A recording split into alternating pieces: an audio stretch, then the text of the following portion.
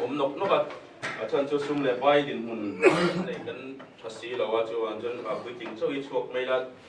ti kha kan ru kha no ke ma di sport pictures kan ya ba mun ne zona pa ni ai ko ni se la tun kum chu englo se thei to pin tanin la ve photila under 13 po hi ititel ve lo mang kan tia kan biting kan ko wa ti khan kan ko wa ma se kan buang kan fia tangin ba nei thap takin tun kum 2018 winter sport champion under 13 champion kan lo ni ta lo mai kan lom me ma chu min nuwa nghe kan tiang halak dan tu te tinge kan tiang lom pui dan tu ti te po I kan khet hiam lo ma se lai sum le pai kan nei si lo community in sum kan nei bok si lo ma se he mi tlom ngai te tho khom na zara I heti hian he certificate te